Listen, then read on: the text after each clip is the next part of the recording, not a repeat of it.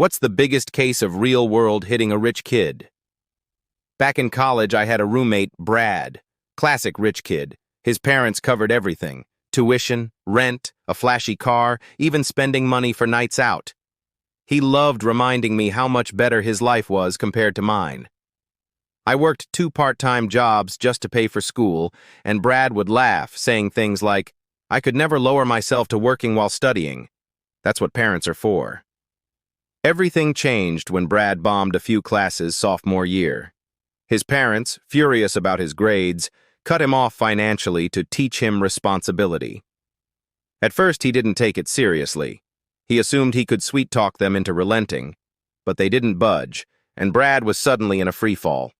He had to sell his car to cover rent and started working as a barista at a cafe near campus, the same cafe where I worked. Let me tell you, seeing him struggle to take coffee orders from students he used to party with was something else. He hated every second of it, but I guess it was better than being homeless. Brad's whole personality changed. Without money to bankroll his lifestyle, his so-called friends ditched him. They didn't invite him to parties anymore, and the guy who once mocked me for working a minimum wage job was now struggling to make ends meet.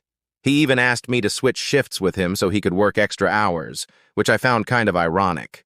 He stayed in school, barely scraping by, but you could tell he was miserable.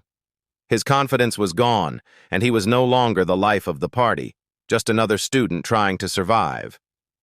I didn't rub it in, but I won't lie, it felt a little satisfying to see him get a taste of the real world. Sometimes life is the best teacher,